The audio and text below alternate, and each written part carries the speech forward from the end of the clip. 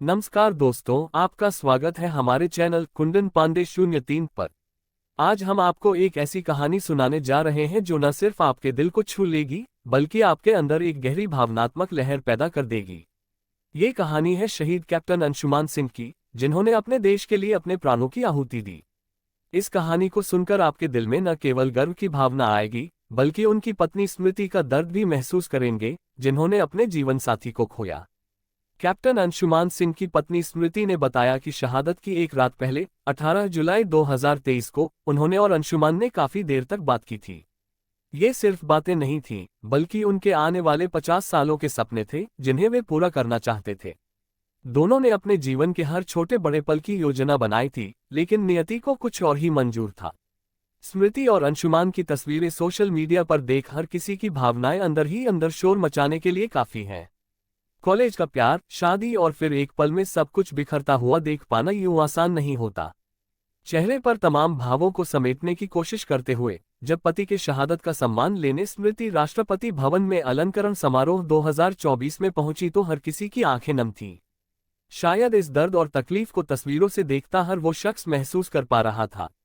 Captain Anshuman Singh और स्मृति की प्रेम कहानी कॉलेज के दिनों में शुरू हुई थी। स्मृति ने बताया कि पहली मुलाकात में ही दोनों का प्यार परवान चढ़ गया। दोनों ही इंजीनियरिंग कॉलेज में मिले थे, लेकिन बाद में अंशुमान ने मेडिकल में चयन हो जाने के कारण वहां एडमिशन ले लिया।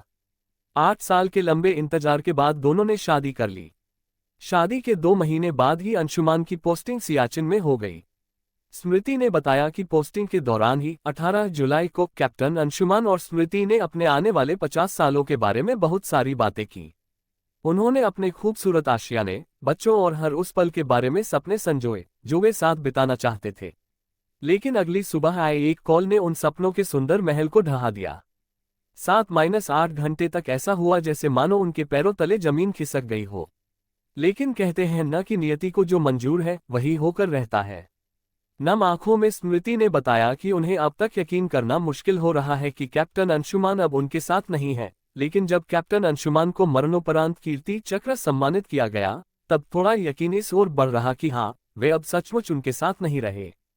तो दोस्तों, अब हम जानते हैं कि सियाचिन में उस रात क्या हुआ था। सियाचिन में हाड़ कंपा देने वाली ठंड से सुरक्षा के लिए टैंकरों और बंकरों में आग जलाया गया था। कैप्टन अंशुमान सिंह पंजाब रेजिमेंट की 26वीं बटालियन के मेडिकल कोर के तौर पर तैनात थे। 19 जुलाई वह तारीख थी जब बंकर में आग लग गई। चल रही तेज सर्द हवाओं के कारण आग की लपटें बंकर में और बढ़ती चली गईं। कैप्टन अंशुमान ने 3 परिवारों की सुरक्षा के लिए अपनी जान की परवाह नहीं की और आग में कूदकर उन सभी को बचा लिया।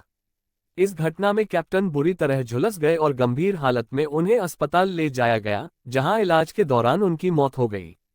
कैप्टन अंशुमान सिंह ने अपनी पत्नी स्मृति से हमेशा कहा था, मैं यूं ही नहीं मर जाऊंगा और न ही इस दुनिया से मेरी विदाई सामान्य होगी। स्मृति ने कहा कि मानो अंशुमान की बात सच हो गई। उन्होंने 3 आर्मी परिवार को सुरक्षित कर लिया। अपनी जान देकर उन्होंने बंकर से दूसरे सैनिकों को सुरक्षित बाहर निकाला। धीरे धीरे नियति का ये फैसला अब स्मृति स्वीकार कर रही है और उन्हें कैप्टन की शहादत पर गर्व है।